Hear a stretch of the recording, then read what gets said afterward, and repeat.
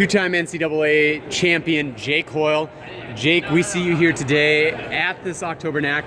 What is your life like post-NCAAs, and what are your plans? Yeah, so I spent the summer looking for a job and just basically training full-time. Hopefully going to start working in the next 2 weeks, working on an offer right now. But it was a great summer, just fenced a lot, and it was a blast. So you're fencing, we see here today through your performance, but also the fact that you're here fencing, that there's some indication you're going to continue training. You said that you trained all summer. How long is that going to go? Is this a step-by-step thing, or are you in Tokyo already? Well, we'll see how it pans out, but I want to keep fencing. I love it. I'm not ready to give it up just because I graduated, so I'll be around for a while. So with your NCAA career behind you, and now really the opportunity to open things up to the 15-touch format again and NACs, potentially World Cups, what types of things are you doing in your fencing to prepare you for those longer bouts, but also maybe change things tactically and technically? Yeah, so I definitely need to make some adjustments coming from a predominantly 5-touch, oriented tournament to a NAC to a World Cup. But now that I'm not training at Columbia anymore, those Columbia practices were really all about the 5 touches, 4-4 situation, 4-3 situation. And now just not practicing at Columbia is kind of moving me away from that. So at the AC, always doing 15-touch bouts.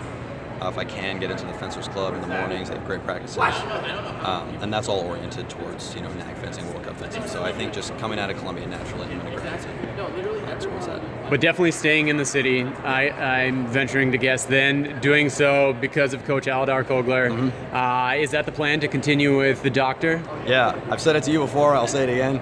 Aladar Kogler is the best coach in the world. Love him, and yeah, he's definitely the reason that I'm staying in New York.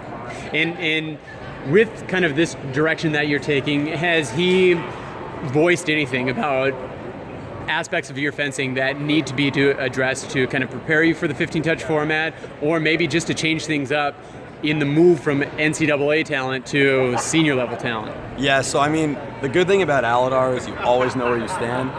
So it wasn't like in college he thought that I was, just fine for college, and now we need to make adjustments. Those adjustments were always there. The problems were always there. He nitpicks you in every lesson. So it's not really. He hasn't changed at all.